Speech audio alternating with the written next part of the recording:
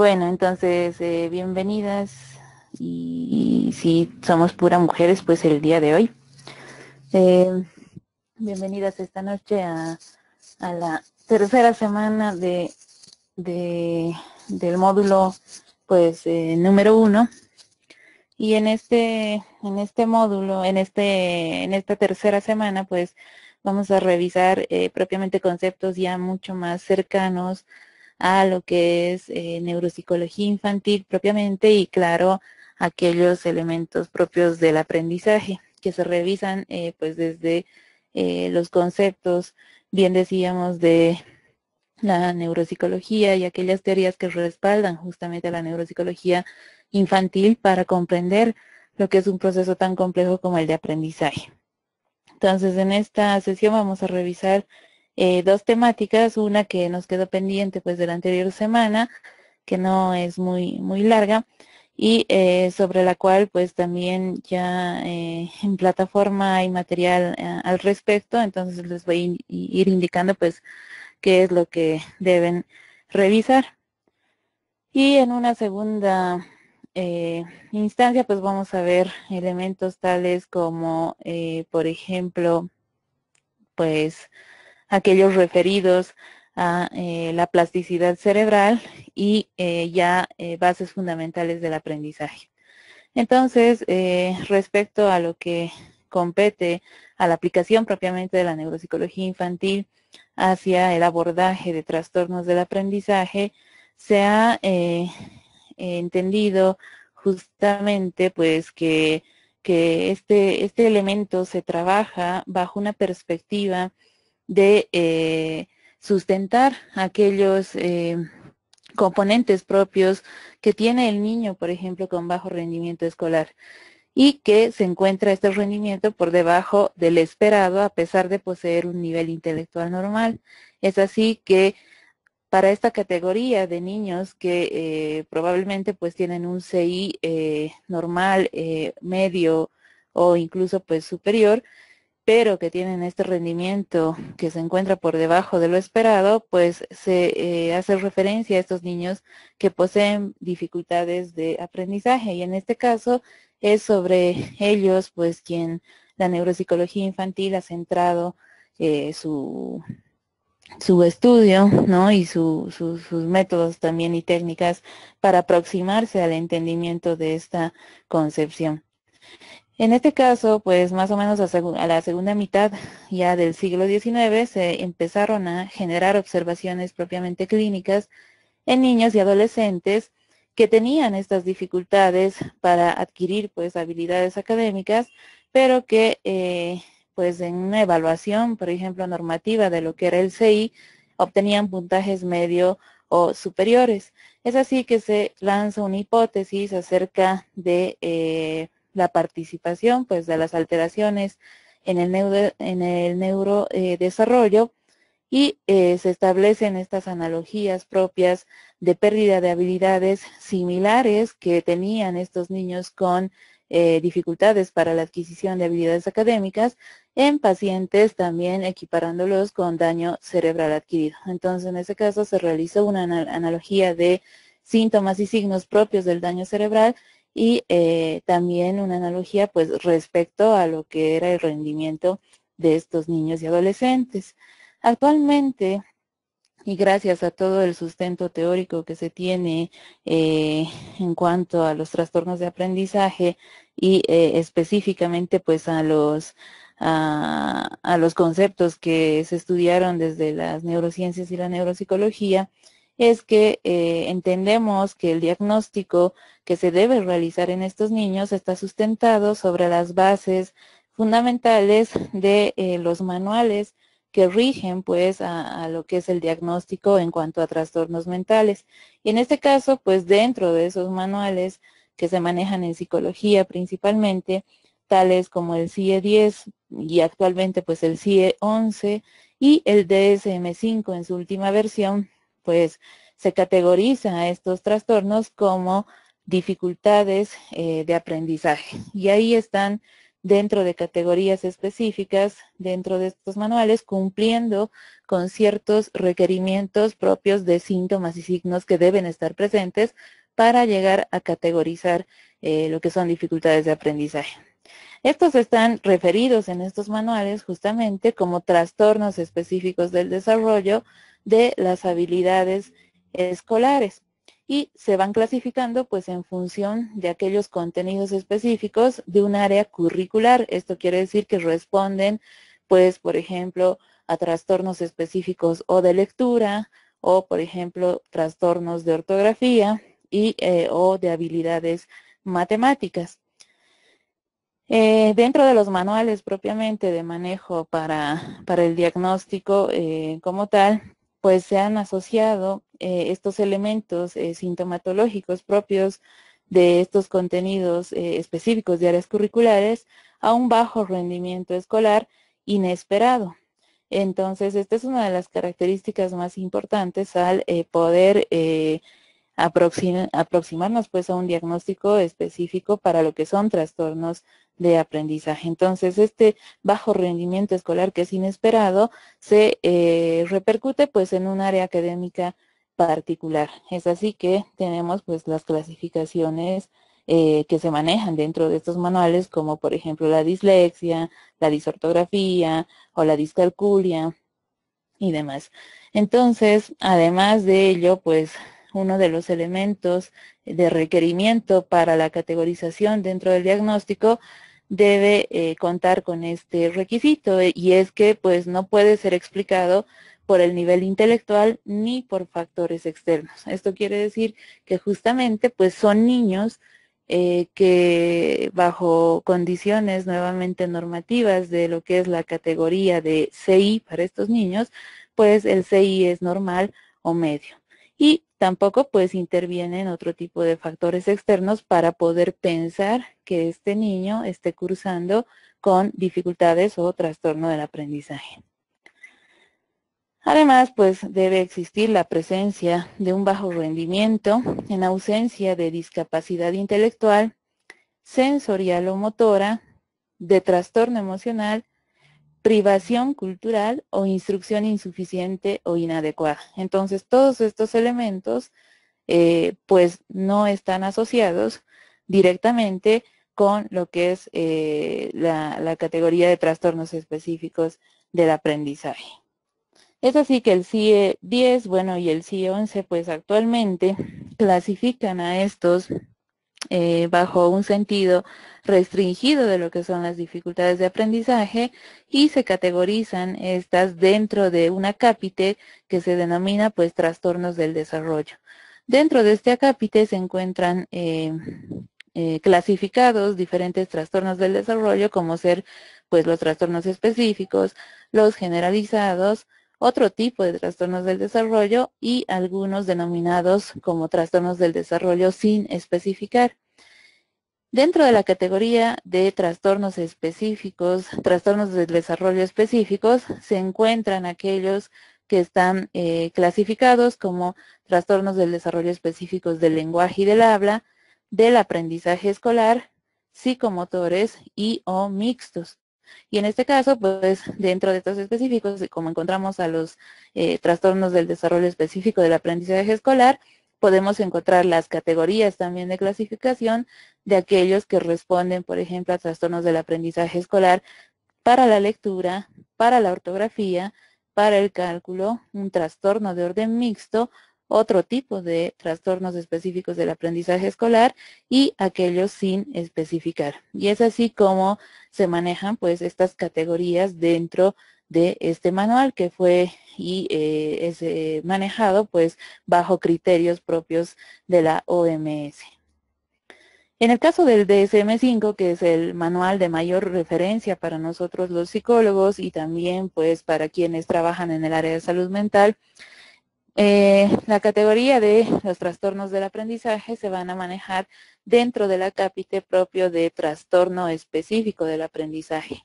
Y en este, pues, una de las particularidades del manual es que brinda la posibilidad de poder especificar bajo códices o códigos propios, pues, que identifican a cada uno de los trastornos, como por ejemplo los que estamos viendo pues en pantalla. Y es así que dentro de esta categoría de trastornos específicos del aprendizaje, al ejecutar lo que es un diagnóstico, pues debemos especificar si, por ejemplo, el niño pues presenta dificultades en la lectura o dificultades en la expresión escrita, o así, por ejemplo, dificultades en la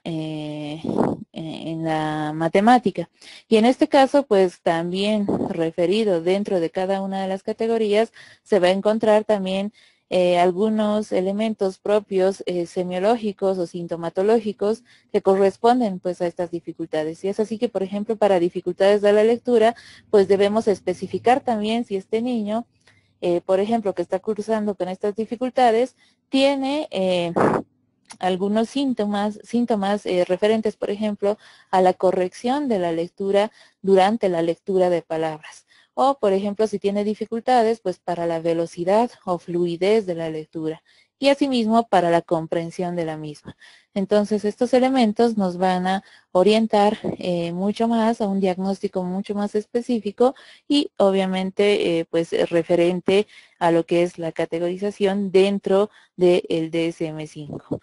En el caso de las dificultades para la expresión escrita, debemos especificar, por ejemplo, si el niño pues responde a los subtipos de dificultades con corrección ortográfica o con corrección de orden gramatical y de la puntuación, o también pues dificultades, por ejemplo, para la claridad u organización de la expresión escrita. Y finalmente, para las matemáticas, pues especificar si estas categorías están referidas a dificultades encontradas si el niño pues presenta una dificultad en lo que es la interpretación o el sentido de los números, la memorización de operaciones aritméticas, el cálculo correcto fluido y finalmente el razonamiento matemático correcto. Todos estos elementos entonces, como bien decíamos, orientarán a un diagnóstico mucho más específico y que referente a lo que es la utilización de este manual debe categorizarse bajo estos criterios y también codificarse con los códigos correspondientes. Uno de los beneficios también dentro del diagnóstico que se maneja en el DSM-5 es que podemos también especificar si el trastorno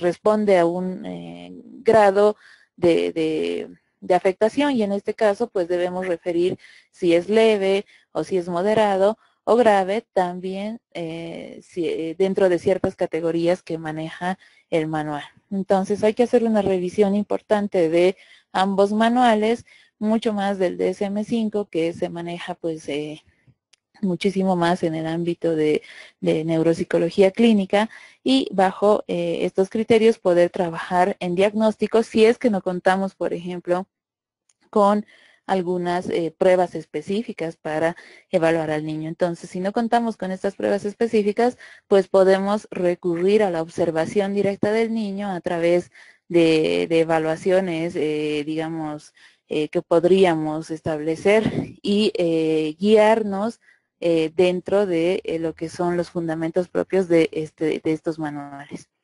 El DSM-5 categoriza entonces a las dificultades de aprendizaje que las denominan DEA y que corresponden o están en correspondencia con estos trastornos específicos del aprendizaje. Entonces las DEA para el DSM-5 van a permitir justamente la integración de muchos elementos bajo los cuales nosotros nos vamos a poder aproximar a lo que es el diagnóstico de dificultades de aprendizaje.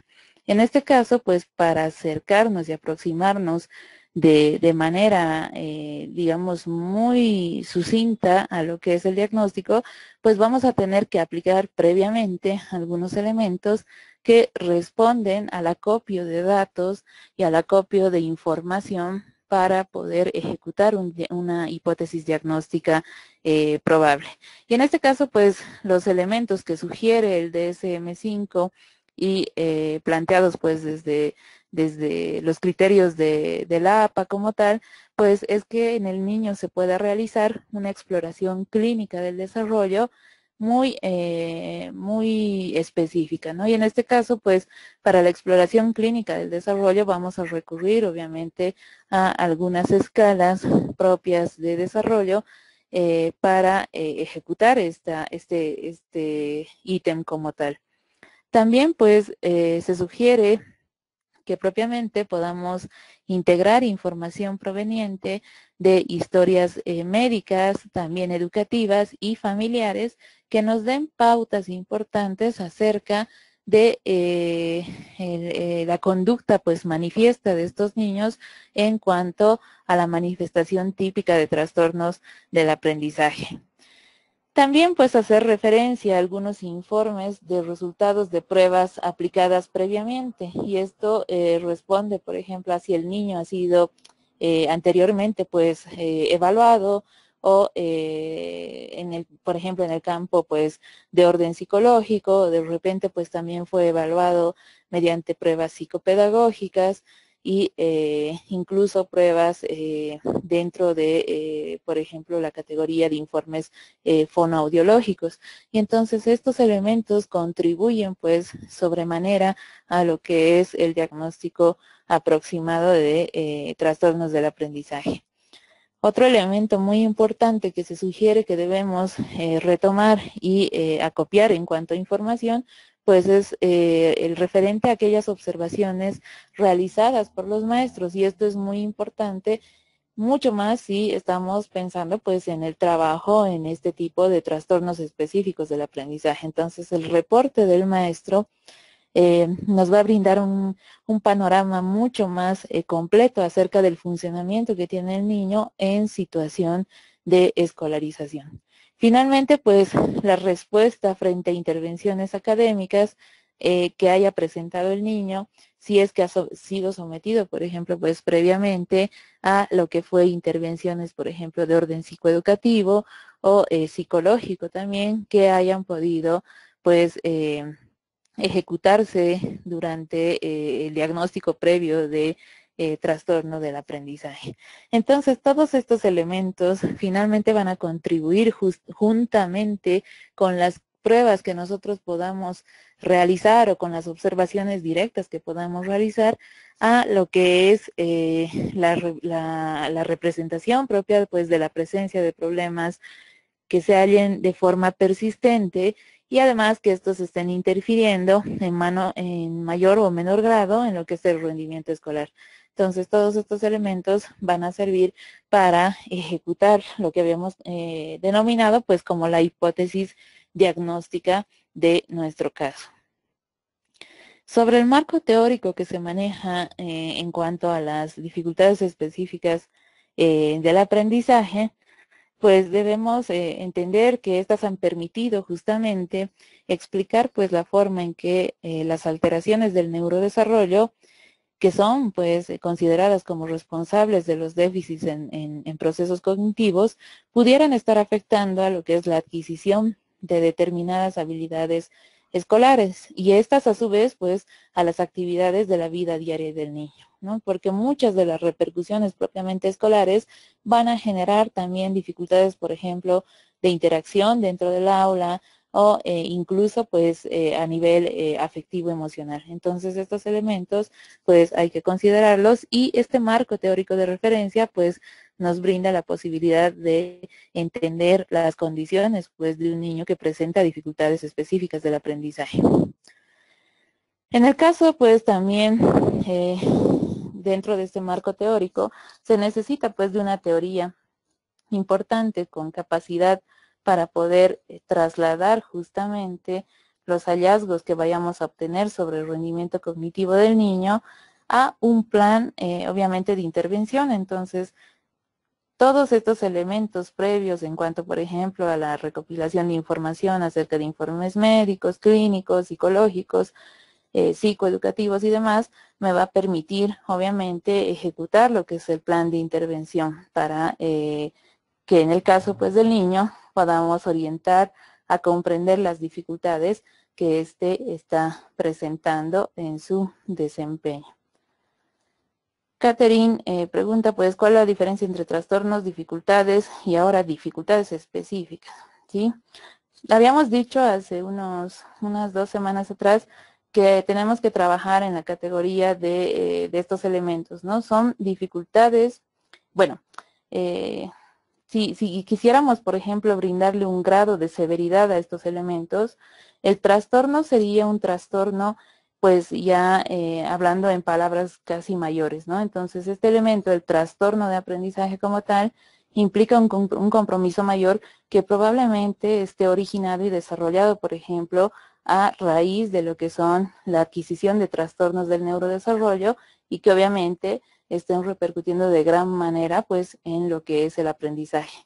En cuanto a las dificultades, ¿sí? Las dificultades o las dificultades específicas, pues es lo mismo, ¿no? Y entonces en este caso las dificultades están referidas a elementos propios tal vez en menor grado que el trastorno, pero que también repercuten en habilidades académicas específicas, como bien decíamos, por ejemplo, pues la lectura, la escritura, el cálculo y también el aprendizaje no verbal. Entonces, esos elementos, pues la dificultad como tal podría estar referida justamente a elementos específicos como estas categorías académicas.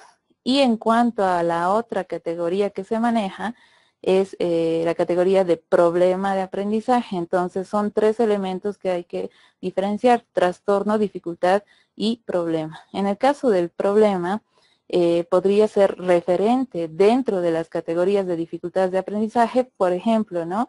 El aprendizaje, el problema de aprendizaje referido a la adquisición del idioma inglés, por ejemplo, ¿no? Entonces, que se le hace pues problemático, por ejemplo, al niño y que pues se encontraría en una categoría tal vez mucho más leve que lo que representa, por ejemplo, la dificultad.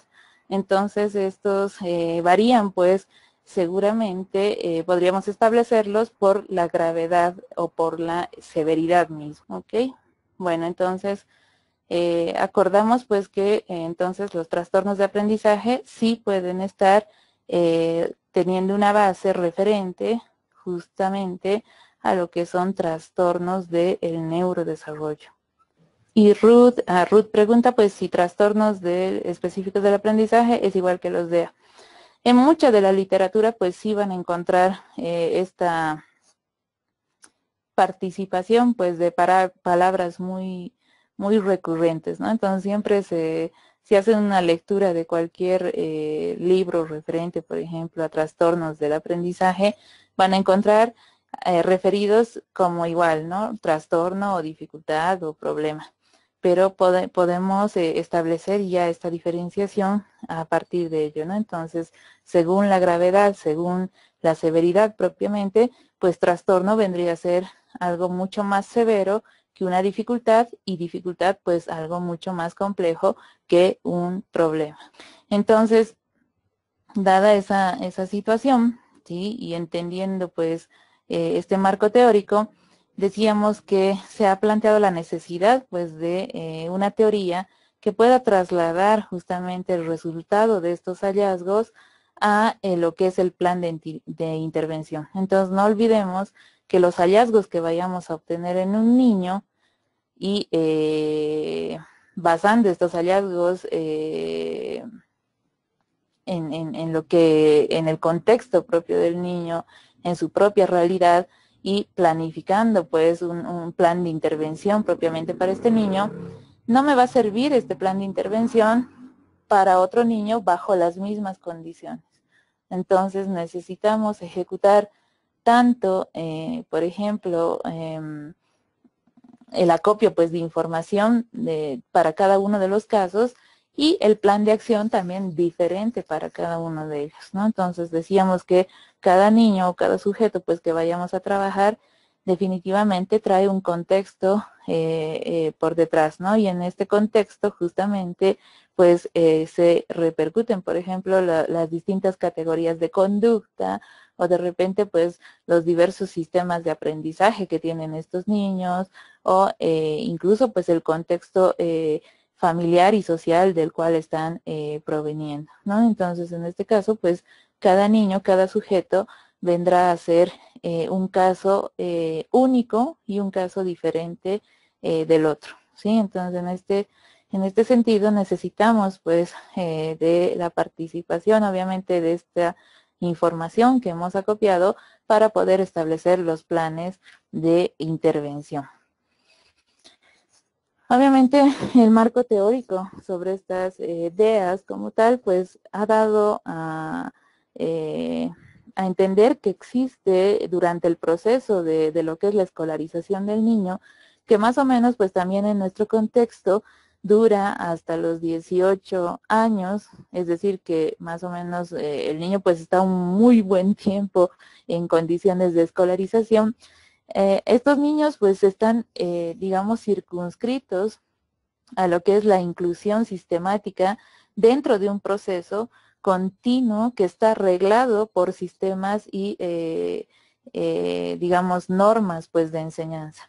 Y en este caso, estas normas de enseñanza y aprendizaje son las que van a modelar, ¿no? Y, digamos, establecer la conducta esperada que debe desempeñar este niño bajo esas normas. Es así que, pues, por ejemplo, el niño a cierta edad, pues debe adquirir, por ejemplo, la habilidad de la lectura. O a cierta edad, pues ya debe adquirir las habilidades en cuanto a las matemáticas. Más adelante, por ejemplo, pues consolidar aprendizajes más complejos, ¿no? Entonces, estos elementos están reglados y normados por el propio sistema de enseñanza y aprendizaje.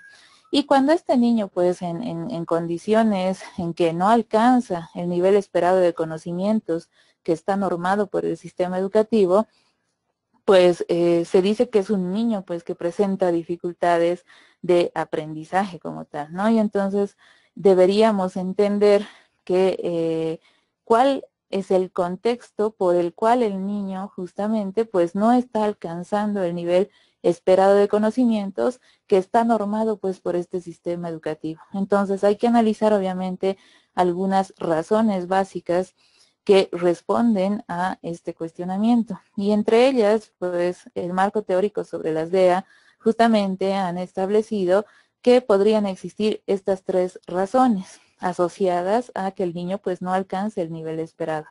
Por un lado, pues tenemos la deficiencia en el sistema de enseñanza, entonces hay que analizar justamente pues si hay fallos importantes en este sistema de enseñanza. Por ejemplo, pues si el niño no ha tenido un tiempo suficiente de escolarización, ¿no? Entonces de repente pues podría estar asociado esto a que presente pues niveles digamos, muy bajos de rendimiento académico.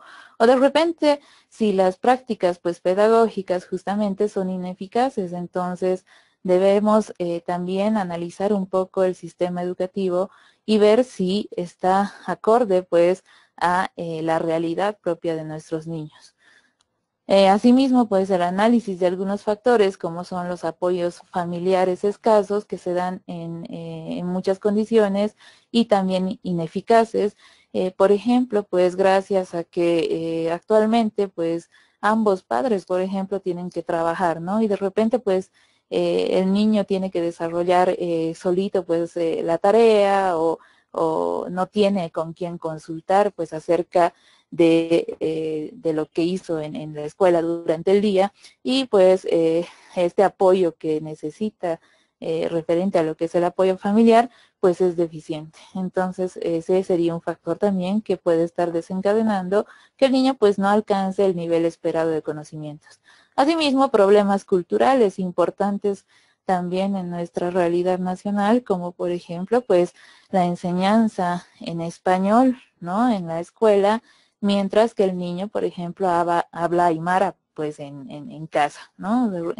O quechua o guaraní, ¿no? Entonces estos elementos pueden jugar en contra a nivel de situaciones socioculturales donde la realidad del niño en casa es una y en la escuela pues es otra, ¿no? Entonces estos elementos obviamente harán que el niño pues no alcance el nivel esperado de conocimientos. Otra de las razones básicas que hay que analizar está referida a esta deficiencia propiamente intrínseca como consecuencia de alteraciones del neurodesarrollo. Y en este caso, pues considerar si estas dificultades que se presentan en lo que es el nivel esperado de conocimiento para los niños, pues responden a un trastorno de base, como por ejemplo pues una alteración o un trastorno propiamente del neurodesarrollo, y en este caso pues factores como condiciones genéticas o congénitas o adquiridas pueden estar repercutiendo obviamente en el aprendizaje de este niño como tal. O finalmente se considera bajo este marco teórico sobre las DEA que pues podría existir una combinación de ambos elementos, ¿no? Entonces, tanto factores externos como factores internos. Entonces, hay que analizar pues al niño en su propio contexto, perdón, biopsicosocial y cultural, ¿no? Habíamos denominado hace unas 2 o 3 semanas atrás justamente que el sujeto pues está circunscrito a estos 4 factores de análisis, ¿no? Entonces no podemos desprender al sujeto de estos elementos. Si analizamos cada uno de los factores, tanto biológicos como psicológicos, como sociales y o culturales, pues vamos a encontrar algún referente de por qué ese niño puede no estar alcanzando pues el nivel que se espera dentro de este gran sistema de escolarización que dura casi hasta los 18 años de edad.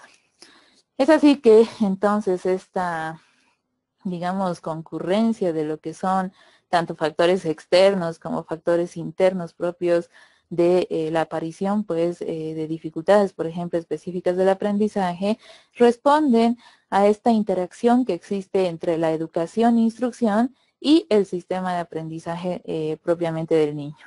Y en este caso, pues la educación e instrucción se entiende como aquel elemento de provisión externa de información que parte pues por fuera del niño, y en este caso pues elementos externos tales como maestros, educadores, los padres mismos, ¿no? Que ejecutan pues sistemas de educación e instrucción sobre el niño. Y el aprendizaje pues vendría a ser el elemento, este proceso interno mediante el cual pues el cerebro justamente reacciona a la condición de educación e instrucción que proviene de afuera, organizando internamente pues su estructura y su función para la recepción y consolidación de aprendizajes.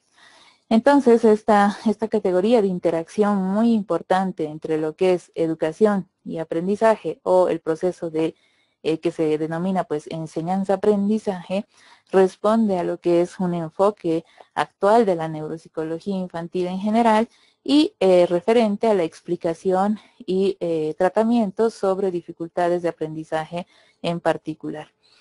Este sustento y marco teórico parte de 3 elementos que han sido estudiados en el campo de las neurociencias para poder comprender y aproximarse a lo que es el entendimiento propiamente del proceso de enseñanza y aprendizaje. Y es así que se plantean 3 teorías muy importantes para la comprensión de este proceso, ¿no? Por un lado, pues tenemos al darwinismo neuronal planteado por Edelman. En una segunda instancia, pues al neuroconstructivismo planteado por Carl Milhoff-Smith, y una tercera instancia, pues planteada por una teoría que se llama pues las trayectorias del desarrollo, planteada por Anas, Carl Milhoff-Smith y Thomas. Estos autores trabajaron justamente en concepciones respecto a, por ejemplo, pues la especificidad neuronal respecto a la adquisición de aprendizajes y asimismo pues aquellos elementos propiamente externos que repercuten sobre estructuras internas en cuanto a lo que es cambios estructurales y funcionales en el cerebro, y aquellos componentes de orden genético bajo los cuales pues el cerebro está preparado para recibir pues lo que es el aprendizaje. Entonces estos 3 elementos, como bien les decía al inicio de esta sesión, los tenemos en la plataforma en 3 artículos de referencia de los mismos.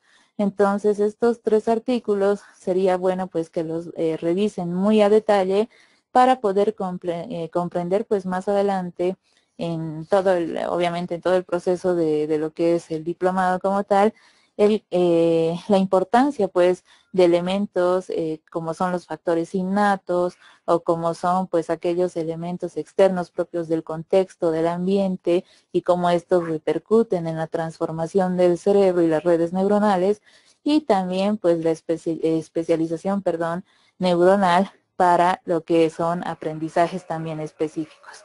Entonces estos elementos, revísenlos, están estos 3 artículos que están en plataforma y son muy interesantes pues de relacionar, ¿no? Y estos elementos les van a ayudar muchísimo para poder entender también lo que es el propio proceso de plasticidad cerebral relacionado con el aprendizaje, cosa que vamos a ver pues en unos minutitos como tal.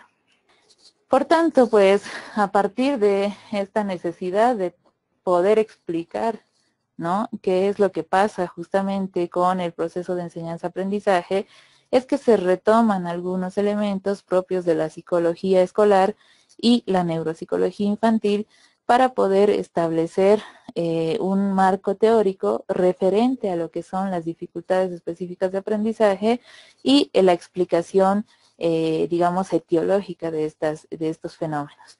En 1990 surge una década muy interesante en el campo de las neurociencias que es denominada pues la década del cerebro. Y es aquí, en esta época, donde se realizan muchos de los avances propiamente científicos y también teóricos referentes a la explicación de la conducta y su relación con el cerebro. Y en este caso, pues, el boom pues, de las técnicas de neuroimagen, acompañado de lo que es el desarrollo del conocimiento neurocientífico, trata de objetivar en esta época las relaciones que existen entre cerebro y aprendizaje, es decir, darle un sustento pues mucho más objetivo, mucho más real a esta relación y lanzar pues evidencias de cambios cerebrales a través de un fenómeno que se denomina la plasticidad cerebral, y mediante pues la cual justamente la intervención con programas educativos ejecuta pues planes sobre lo que son los cambios plásticos en el cerebro.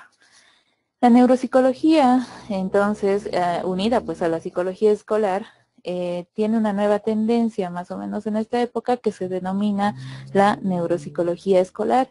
Y en este caso, este nuevo elemento propio del campo de estudio de la neuropsicología responde pues a un cuerpo de conocimientos que integra lo que es aquellos elementos propios de la neuropsicología clínica con principios educativos.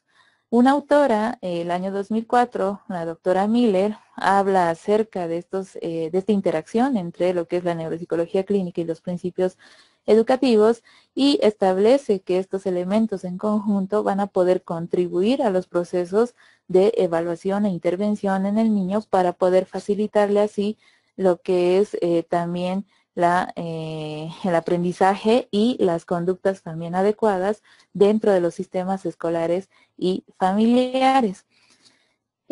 Miller sugiere pues que la labor del neuropsicólogo escolar está orientada a lo que es el aportar al desarrollo de la currícula como tal y el diseño del proceso de enseñanza-aprendizaje mediante pues la instrucción diferenciada basada en lo que son los conocimientos de las relaciones entre cerebro y conducta. ¿Para qué? Pues para finalmente proporcionar a cada niño su ambiente y estrategias óptimas de aprendizaje, ¿no? Entonces trabajan en Estados Unidos mucho con este concepto de Miller para poder mejorar pues la currícula y obviamente adaptar las condiciones de enseñanza-aprendizaje para que el niño pueda rendir efectivamente en lo que es el proceso de escolarización.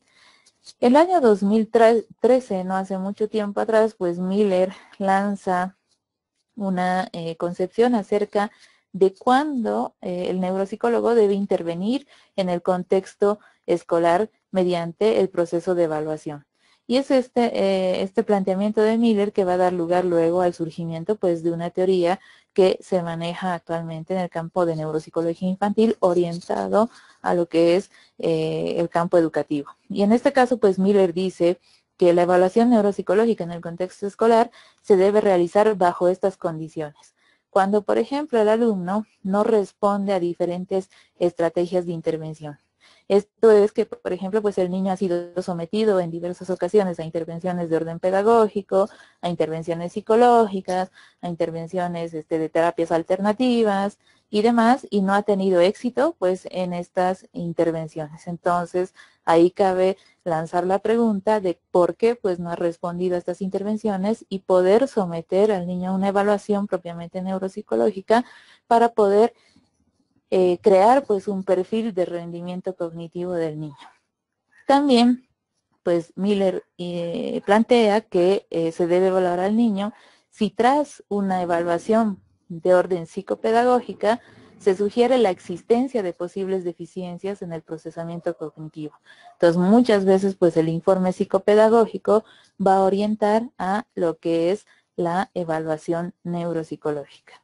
También si pues en el niño se observa una dispersión muy significativa entre lo que son las puntuaciones de las distintas pruebas psicopedagógicas aplicadas. Y esto es que pues justamente los puntajes obtenidos sean muy dispersos, ¿no? Muy inconsistentes. Entonces en este caso se sugiere una evaluación neuropsicológica. También pues se sugiere pues ante un trastorno neurológico conocido o sospechado, que esto ya es obviamente mucho más evidente en el caso de niños, por ejemplo, que tienen antecedentes de haber sufrido pues hipoxia cerebral o de repente pues tienen antecedentes de trastornos del neurodesarrollo o de repente pues otro tipo de trastornos ocasionados en condiciones pre, peri y postnatales. Entonces en este caso pues se sugiere la evaluación neuropsicológica en estas condiciones. También si se identifica pues en la historia factores de riesgo en cuanto al neurodesarrollo. Asimismo, tras un daño cerebral adquirido durante el proceso de desarrollo, pues existen muchas condiciones en las que el niño podría obtener, ¿no? En su proceso de desarrollo un daño cerebral como tal, ¿no? Traumatismos cráneoencefálicos, incluso enfermedades cerebrovasculares en pacientes muy jóvenes o cualquier otra condición como por ejemplo la presencia de enfermedades metabólicas o de repente pues también tumores cerebrales, ¿no? Que pueden obviamente dañar estructuras significativas pues a nivel de la masa encefálica. Y finalmente pues se sugiere también la evaluación neuropsicológica cuando un niño experimenta pues una importante disminución en lo que es el rendimiento académico propiamente sin causa aparente, ¿no? Si no hubiera alguna causa aparente que no podemos identificar propiamente, pues también se sugiere la evaluación neuropsicológica. Entonces, Miller, en cuanto a este planteamiento, ante las dificultades de aprendizaje, trabaja en, en el concepto de que justamente hay una discrepancia muy importante entre lo que es el modelo tradicional que se ha utilizado para la identificación pues, de las DEAs y lo que significa pues este proceso tradicional o este modelo tradicional lanza que hay una discrepancia entre lo que es el bajo rendimiento escolar y el CI, ¿no? Que obviamente pues ya habíamos referido, ¿no? El CI normal o medio bajo lo que son criterios propios de bajo rendimiento escolar, que no concuerdan pues entre ellos, ¿no? No concuerdan.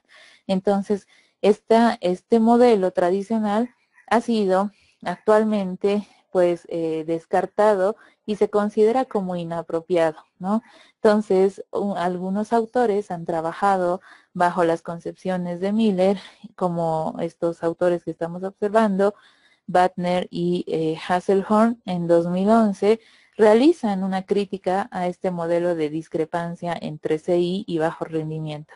Y ellos dicen que pues justamente la aceptación de este modelo, ¿no?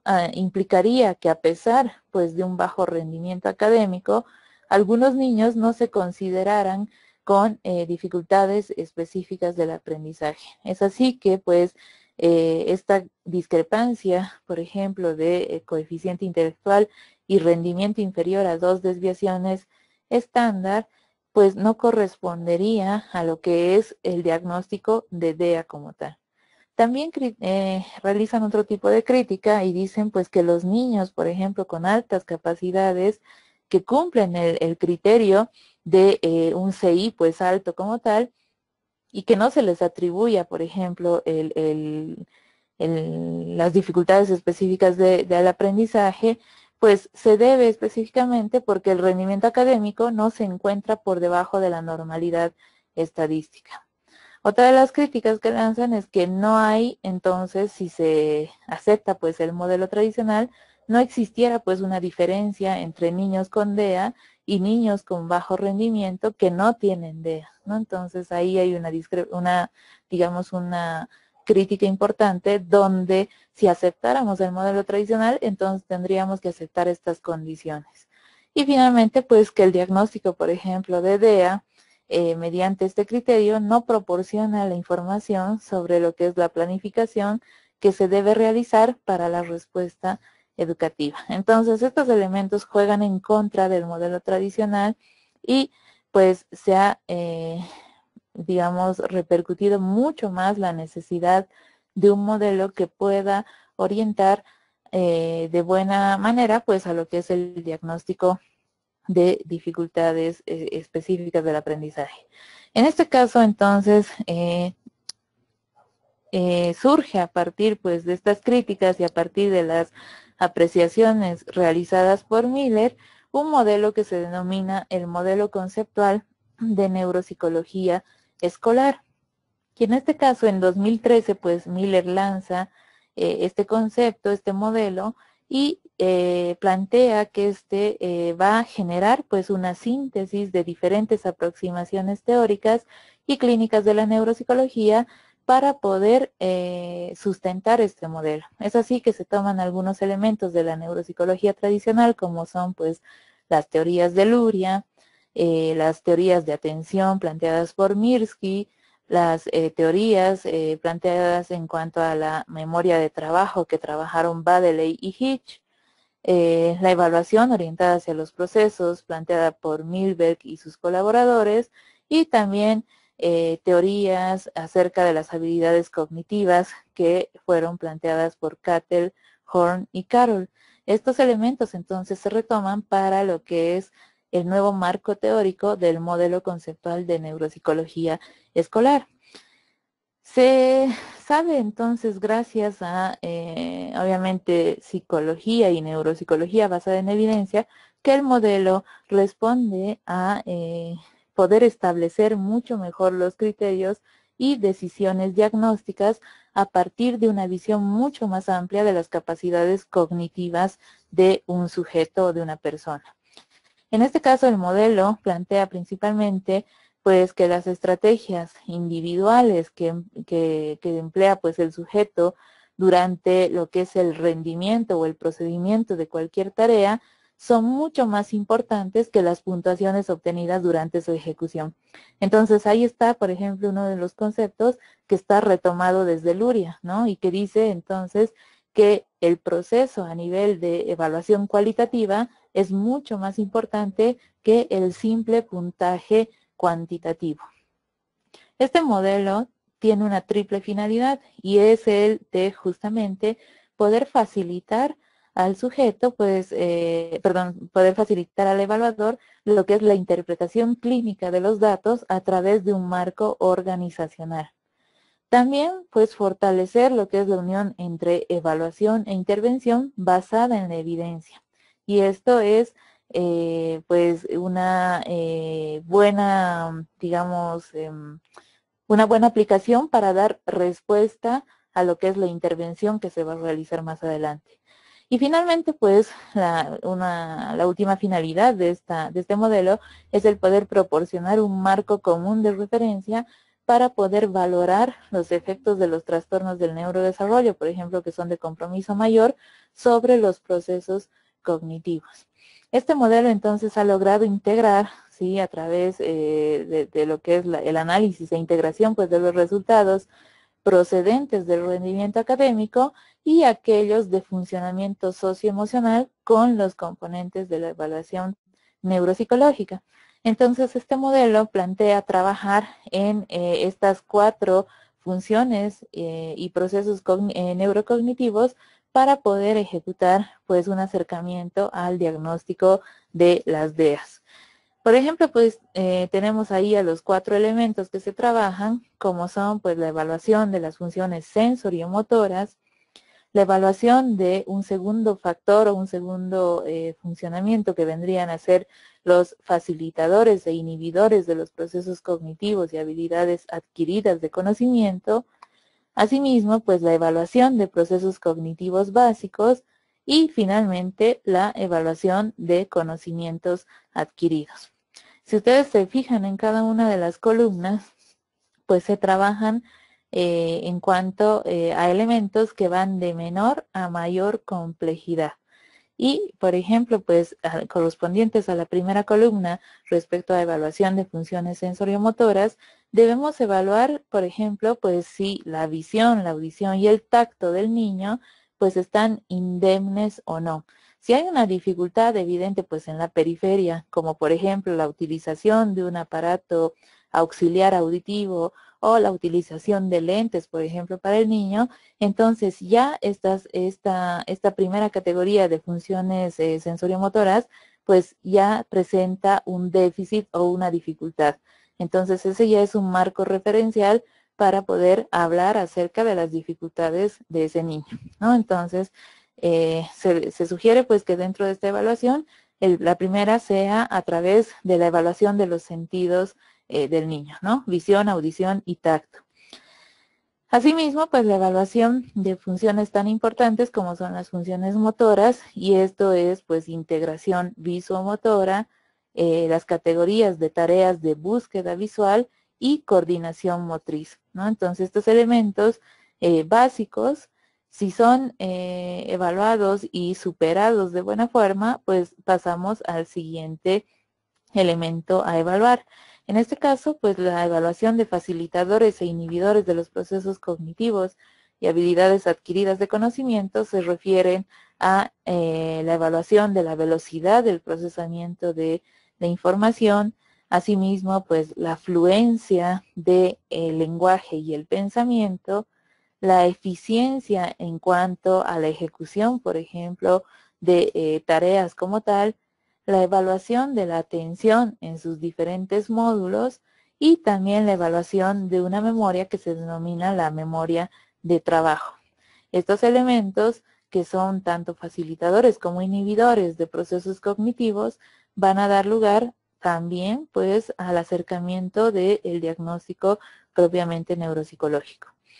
En el caso del tercer elemento a trabajar, pues los procesos cognitivos básicos están referidos y muy, digamos, correlacionados con pues los funcionamientos de orden superior. Y entonces en este caso pues se evalúan elementos tales como el aprendizaje y la memoria, las habilidades visoespaciales del niño, los componentes auditivos, como por ejemplo discriminación de sonidos, procesamiento audiofonológico, y los componentes ejecutivos que están referidos justamente a la evaluación de funcionamiento ejecutivo del niño, y en este caso pues elementos complejos como son flexibilidad cognitiva, cambios de criterio, formación de conceptos, resolución de problemas, razonamiento, inhibición de respuesta, regulación de conducta y emoción.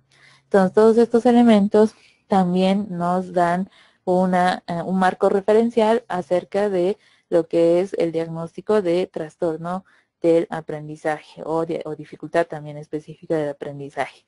Y finalmente, pues, evaluar la cuarta categoría, que se refiere a los conocimientos adquiridos por el niño y que responde a la evaluación de elementos culturales, por ejemplo, pues, referidos a lo que es la adquisición de la memoria semántica versus el proceso de culturización bajo, y también evaluación de habilidades del lenguaje, tales como la expresión oral, en cuanto a vocabulario y expresión cualitativa, tono oromotor, problemas de articulación y también lenguaje receptivo o comprensión oral con lo que son respuestas verbales y no verbales. Finalmente, pues la evaluación de elementos adquiridos, conocimientos adquiridos, como son pues habilidades para la lectura, la escritura y las matemáticas. Y referidos a estos últimos, pues categorizar, perdón, los puntos fuertes y débiles del perfil neurocognitivo para estas últimas categorías. Entonces, este modelo, si ustedes ven, justamente integra todos los componentes que van desde los más básicos, que son los sensoriales o sensoriomotores, hasta los más complejos, que vendrían a ser pues los conocimientos adquiridos a través del proceso enseñanza-aprendizaje. Entonces, esta es una guía más o menos de cómo debemos proceder en cuanto a la evaluación neuropsicológica referente a lo que es el acercamiento pues a un diagnóstico neuropsicológico para trastornos del aprendizaje como tal. Entonces, la contribución propiamente de este modelo a la respuesta educativa pues ha generado que este modelo utilice pues un empleo mucho más racional del conocimiento científico en beneficio de los alumnos con deficiencias del aprendizaje. Y va a responder también a un modelo de resolución de problemas para adaptar este planteamiento a lo que vendrá a ser pues el plan de intervención como tal. Ha contribuido además el modelo pues a la exploración entonces sistemática de fortalezas y debilidades de los estudiantes para el establecimiento de respuestas educativas basadas en la evidencia. Asimismo, pues buscar posibles soluciones entre diferentes alternativas probadas y poder evaluar su efectividad.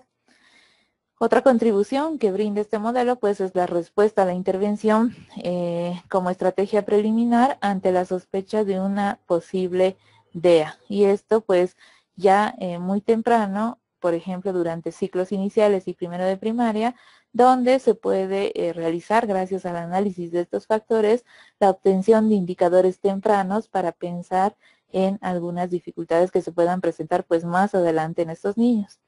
También pues ha contribuido al establecimiento de que no debemos mirar, ¿sí?, dentro del niño hasta que la instrucción pues haya sido suficientemente sólida para permitir un adecuado rendimiento. Es decir, no debemos hacer, digamos, o lanzar pues elementos, digamos, de prejuicios establecidos para lo que es el diagnóstico como tal, ¿no? Y esto implica pues no, digamos, no etiquetar pues al niño previamente si no hemos tenido la posibilidad de evaluar el rendimiento como tal, ¿no? Y finalmente, pues ha contribuido al establecimiento de indicadores de riesgo, como por ejemplo aquellos antecedentes familiares que están presentes en la dislexia, ¿no? Entonces estos elementos son relevantes al momento de poder ejecutar una evaluación de orden neuropsicológico.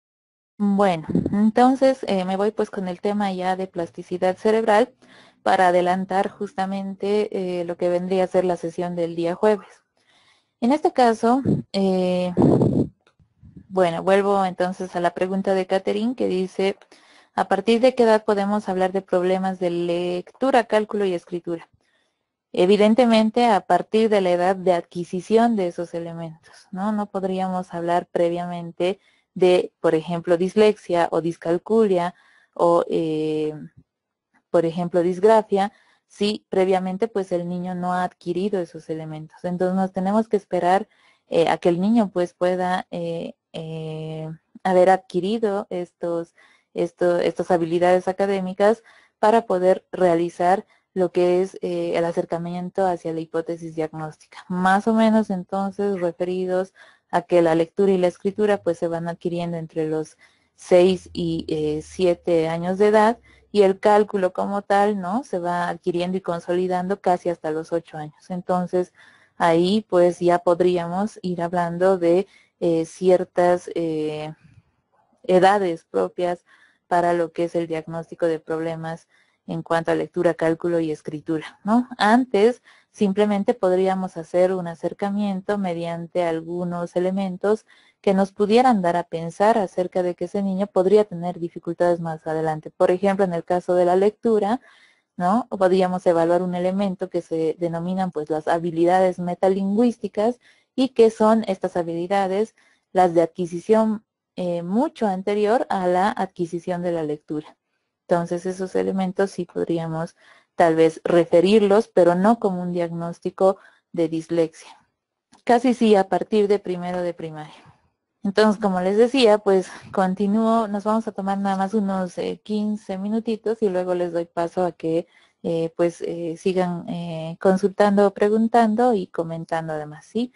Entonces, en este caso de esta ya unidad 3, justamente referente a lo que es plasticidad cerebral y aprendizaje, nuevamente les planteo que puedan leer estos artículos que les comenté, ¿no? El de darwinismo neuronal, ¿sí? El de neuroconstructivismo y de aquellos tractos neurales propios para el aprendizaje, ¿no? Entonces, estos elementos les van a dar mayores luces y referencias acerca de esto que vamos a hablar el día de hoy, ¿sí?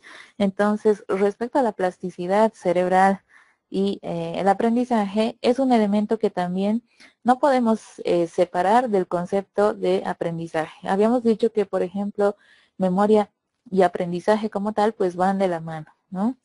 Entonces, estos dos conceptos casi pues no los podemos separar, ¿no? Si decíamos sin memoria pues no hay aprendizaje y sin aprendizaje pues no hay memoria, ¿no? Lo mismo pasa para el caso de plasticidad cerebral, es un concepto que no se desprende de lo que es el aprendizaje. ¿Y por qué? Pues vamos a ir revisando justamente esta situación.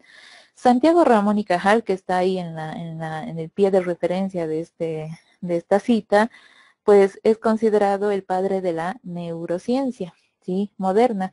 Y en este caso, pues él plantea y lanza un concepto acerca de bases fundamentales de lo que era la plasticidad cerebral. Y él refiere que la corteza cerebral semeja un jardín poblado de innumerables árboles, de estas pues denominadas las células piramidales, que gracias pues a un cultivo inteligente pueden multiplicar sus ramas, pueden hundir más lejos sus raíces y producir flores y frutos cada día más exquisitos.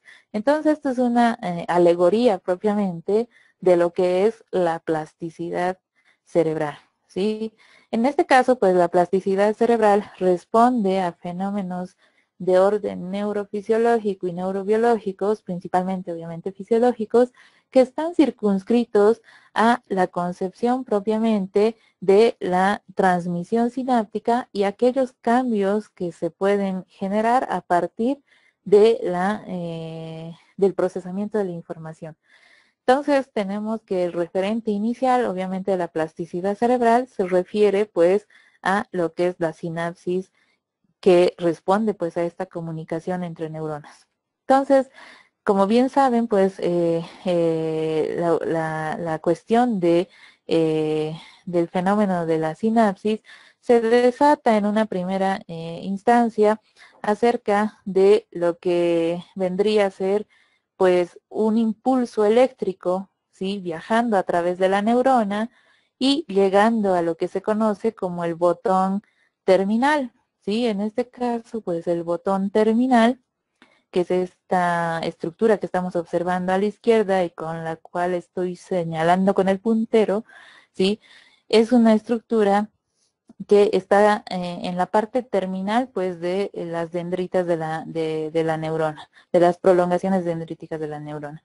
Entonces, estos botones terminales contienen, pues, unas vesículas, unas especies de bolsitas que están ahí en el botón terminal, y estas vesículas propiamente contienen, pues, a los neurotransmisores. Entonces, gracias al impulso eléctrico que llega hasta los botones terminales, generados, obviamente, por un estímulo externo, pues estos botones van a iniciar un proceso a nivel de orden neuroquímico. En este caso, pues, el impulso eléctrico desencadena el movimiento, ¿sí? El movimiento de las vesículas propiamente que están contenidas en este botón terminal, y este movimiento, pues, va a generar también que se aperturen canales especializados para el ingreso de algunos iones, como son los iones de calcio, a el líquido intracelular perteneciente a los botones terminales. En este afán pues del movimiento de las vesículas que contienen a los neurotransmisores, pues estas vesículas van a llegar a fundirse con la membrana propiamente del botón terminal. Y en este caso, cuando se funden con esta membrana, es cuando se ejecuta pues la liberación de los neurotransmisores. Esta liberación de neurotransmisores que inició justamente con un impulso eléctrico y que luego pues esta liberación se realiza a nivel de funcionamiento neuroquímico, también participa con una membrana receptora que está contenida en lo que vendría a ser el botón postsináptico. Y el botón postsináptico también tiene estructuras especializadas, canales especializados para poder recepcionar pues lo que es la liberación de los neurotransmisores que fueron ejecutados desde el botón presináptico. Entonces, estos elementos que son los neurotransmisores, nuevamente ingresando al botón postsináptico, van a empezar a liberar nuevamente lo que es un impulso eléctrico nuevo para comunicar información a la siguiente neurona, ¿no? Entonces, este proceso que es netamente neurofisiológico permite, por tanto, pues ejecutar aquellos elementos propios de lo que es la transmisión de información y pues esta dinámica propia que tienen las neuronitas de comunicación, tanto eléctrica como química. La plasticidad cerebral justamente entonces responde a un concepto de adaptación funcional del sistema nervioso central gracias a estos elementos de orden neurofisiológico que van a generar cambios a nivel de redes neuronales.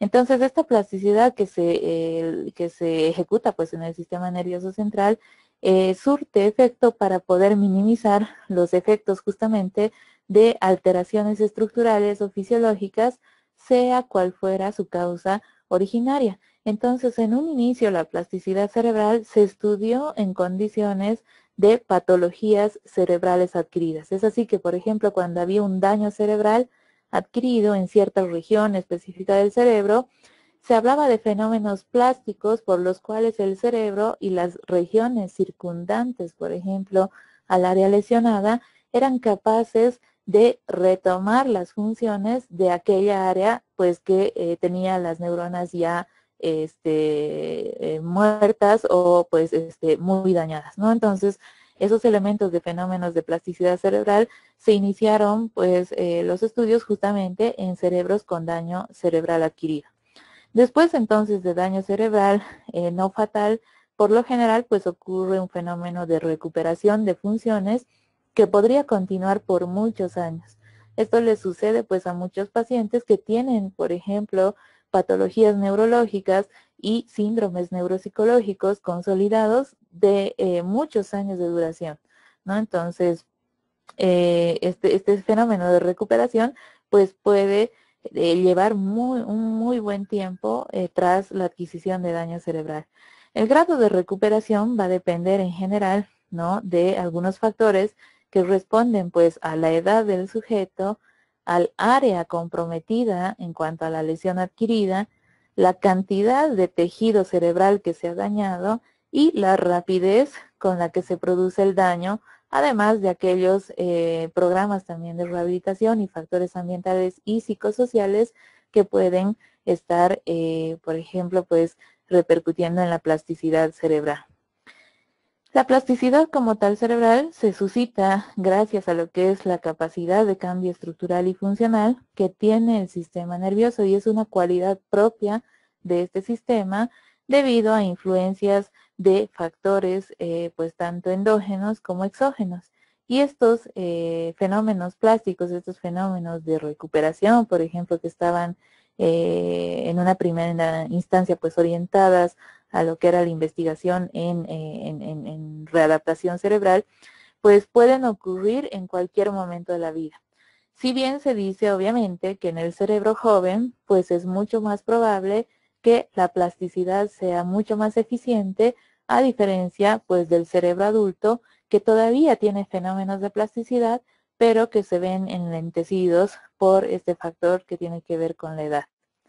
Una de las características que hace justamente al sistema nervioso tan excepcional es esta plasticidad que tiene pues la estructura cerebral como tal. Y este distintivo justamente significa entonces que nuestro cerebro es maleable y susceptible a los cambios. Entonces, justamente estas condiciones implican pues modificaciones en la estructura cerebral y a nivel funcional que son la base del aprendizaje y de nuestra adaptación a condiciones de variables ambientales y fisiológicas. Esta capacidad entonces de nuestro cerebro de poder adaptarnos pues a los cambios y además de poder reestructurar pues nuestras propias conexiones neuronales para poder aprender, se ejecuta bajo las condiciones del fenómeno de plasticidad. Sabemos que pese a la mayor capacidad de plasticidad en el tejido cerebral joven, es necesario entonces reconocer que en todas las edades hay probabilidades de recuperación. Es así que la plasticidad sináptica, que también se denomina así a la plasticidad cerebral, pues justamente se ha desarrollado a partir de estudios relacionados con lo que es la memoria y el aprendizaje. Elementos que juegan a favor en su gran mayoría sobre lo que son los fenómenos plásticos del cerebro. Estos cambios justamente son cambios de duración pues variable en cuanto a la función sináptica y con origen en estímulos externos que van a condicionar el aprendizaje y que se denominan pues plasticidad neuronal. En este caso, pues la neuroplasticidad, por ejemplo, podría resultar de fenómenos tales como lesiones traumáticas, ¿no? Como traumatismos, por ejemplo, cráneoencefálicos o alteraciones a nivel de accidentes cerebrovasculares. También, por ejemplo, relacionados los cambios plásticos con el estrés, ¿sí? También se observa pues la plasticidad cerebral en cuanto a el sujeto en interacción social.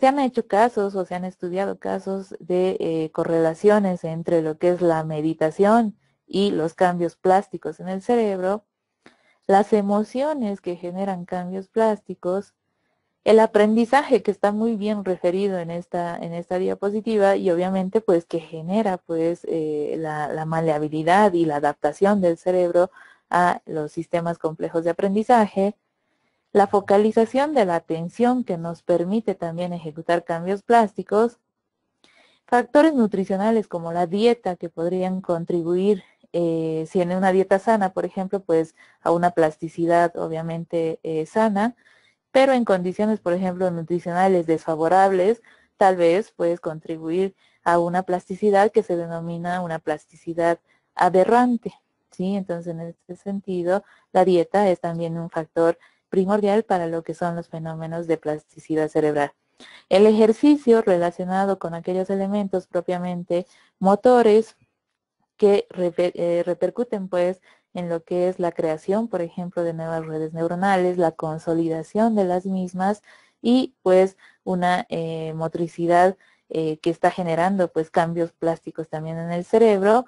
Y este último elemento que se refiere justamente a cómo el cerebro es capaz de adaptarse a los cambios y además de generar nuevos sistemas de aprendizaje gracias a la plasticidad que se adquiere durante lo que es la adquisición propiamente de nuevas experiencias, ¿no? Por ejemplo, pues viajar a un lugar que nunca habíamos pensado antes, ¿no? Pónganse pues viajar nosotros en el caso, pues los bolivianos al mar, ¿sí? Entonces, esta adquisición de nuevas experiencias genera pues cambios plásticos en nuestro cerebro. La neuroplasticidad como tal entonces responde a esta habilidad pues que tiene el cerebro para reorganizarse a sí mismo a través de lo que son pues sus propias estructuras internas y también de su propio funcionamiento. Y en este caso pues algunos elementos que se trabajan para comprender la neuroplasticidad y cómo el cerebro va cambiando responden a elementos tales como la neurogénesis, ¿sí? Que es esta configuración propiamente de elementos que se van generando de forma continua y que responden, por ejemplo, a la producción de nuevas conexiones neuronales en ciertas regiones cerebrales, ¿no? Bajo, por ejemplo, condiciones de daño cerebral o también condiciones de aprendizaje. La creación de nuevas sinapsis, que también se trabajan en el campo de la neuroplasticidad y que responden a la adquisición de nuevas habilidades y experiencias, creando pues redes de conexión neural muy complejas. También aquellos elementos que van a reforzar a lo que son los elementos sinápticos a través de lo que es la repetición y la práctica, que van a favorecer pues al fortalecimiento de las conexiones neurales como tal. Y finalmente también cambios plásticos referentes a aquellas sinapsis que se ven debilitadas, ¿sí? Que son aquellas conexiones justamente que el cerebro, pues, en condiciones en que no usa estas conexiones, pues, se va a ver debilitada la red neuronal, ¿no? Entonces también hay cambios plásticos que responden a lo que es el debilitamiento propiamente de la red neuronal, ¿no? Entonces, en este caso, estos eventos de neuroplasticidad pueden ocurrir, pues, a través de cambios que se suscitan mediante pues las características propias de las espinas dendríticas, ¿no? La proliferación de estas espinas dendríticas, las propiedades propiamente de cambio plástico en la membrana y sus canales especializados en iones propiamente para los neurotransmisores, la actividad hormonal que puede repercutir también en cambios plásticos en las redes neuronales, la actividad de la microglía, que es un elemento propiamente de estructura y de sostén, por ejemplo, de la red neuronal, también regulaciones propias del DNA o del ADN, ¿sí? Y la transcripción, pues, genética, justamente, y también, pues, la posibilidad de lo que son los cambios a partir de la neurotransmisión, ¿sí? Entonces, todos estos elementos juegan a favor de una neuroplasticidad que se suscita justamente en el sistema nervioso central y que gracias a ella, pues nosotros somos capaces, como bien decíamos, de aprender, de adaptarnos a los cambios y de poder generar, pues, nuevos sistemas de aprendizaje mucho más complejos. Voy a parar aquí porque, pues, vamos a dar lugar justamente a estos elementos propios que tienen que ver, pues, con preguntas y demás, y para retomar el día jueves lo que resta, pues, de la temática. Jocelyn dice, ¿no? El debilitamiento de una red neuronal se puede dar cuando no se da uso a una habilidad aprendida, como el gateo, sí, exactamente, ¿no? Cuando ya no utilizamos una red, pues tendemos a debilitarla, ¿no? Entonces, esa red que no está trabajando bajo condiciones, por ejemplo, ni de repetición, ni de práctica, pues tiende a desconectarse y finalmente pues perderse, ¿no? La red como tal. Es decir, no va a haber muerte neuronal, pero sí va a haber desconexión de la red y propiamente pues debilitamiento de esas conexiones, ¿no? Y en casos, por ejemplo, pues como es el superar pues los hitos de desarrollo propiamente, donde ya no necesitaremos pues esas redes más adelante. Ok, corazón. Igual pasa con algunas condiciones propiamente aprendidas, ¿no? Por ejemplo, yo qué sé, aprendemos a hablar inglés, ¿no? En cierto momento, en la escuela, ¿no? Pero si no, pues tenemos la conducta de repetición y de aplicación del inglés, pues esas conexiones que aprendimos de chiquillos, tal vez podrían debilitarse y perderse si no tenemos, pues, la constancia de la práctica y la repetición, ¿no? Entonces, esos elementos pueden verse debilitados y finalmente también, pues, desaparecer en cierto momento, pues, si no los practicamos, ¿no? Entonces, que sí se pueden retomar, pues sí se pueden retomar, ¿no? Entonces son elementos que obviamente, como bien les digo, no provocan muerte neuronal, pero sí se debilitan las conexiones. Natalie pregunta, ¿qué estudios se han hecho respecto al estrés y la plasticidad neuronal? Se han hecho un montón de estudios referentes al estrés y plasticidad neuronal. En este caso, por ejemplo, pues los cambios plásticos que puede originar el estrés pueden estar relacionados con un concepto que se denomina el estrés oxidativo de las neuronas, ¿no? Y esto responde pues a fenómenos propiamente de, por ejemplo, condiciones en que el ser humano o el sujeto pues está remitido a mucha, o está, digamos, circunscrito bajo mucho estrés y que repercute a niveles de funcionamiento neurofisiológico en cuanto a la neurotransmisión. Entonces, estos elementos pueden estar generando lo que se denomina el concepto de estrés oxidativo y que repercute en el buen funcionamiento neurofisiológico propiamente de las neuronas. Si existe estrés oxidativo en las neuronas, puede que probablemente pues esas redes se vean dañadas, ¿no? Entonces, ahí estaríamos hablando, por ejemplo, de una plasticidad neuronal, una mala plasticidad neuronal, ¿no? O de repente, pues una plasticidad, como les había dicho, el concepto de plasticidad aberrante, ¿no? Que podría generar, pues, un mal funcionamiento justamente de las redes neuronales. Entonces, las condiciones de estrés, tanto en sujetos que están sometidos a mucho estrés, como, por ejemplo, trabajos de alta demanda, ¿no? O también condiciones en las que, por ejemplo, la madre embarazada, ¿sí? Que está sometida a estrés emocional, puede repercutir en la formación pues de redes neuronales en el feto, ¿sí? Entonces esos dos elementos se trabajan en cuanto a investigaciones sobre estrés y plasticidad neuronal. No sé si hay más preguntas o comentarios, pero bueno, a ver, les voy haciendo algunos comentarios como tal.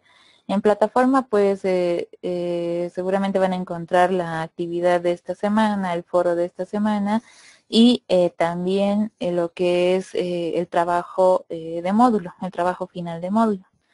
El trabajo final de módulo, si van revisando pues los contenidos propios de la plataforma, está referido a la elaboración de una monografía, ¿sí? En el caso, pues ustedes revisen los parámetros bajo los cuales tienen que trabajar esta monografía como tal, pero lo más importante es que cumplan simplemente con los puntos que estamos solicitando para la monografía, que van, creo, simplemente hasta la justificación, ¿sí? Entonces, no vayan a hacer todo el desarrollo teórico de una monografía, sino simplemente el planteamiento de orden metodológico, ¿no? Como por ejemplo, pues, la introducción, la justificación, el planteamiento, pues, de un problema propiamente referente a la monografía y el planteamiento de objetivos tanto generales como específicos para cumplir con esos puntos, ¿sí? Y además, pues trabajar bajo las referencias de citas académicas, ¿no?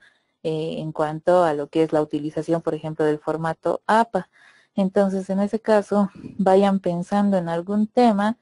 Obviamente esto no les va a llevar pues mucho más de 5 hojas como tal, ¿sí?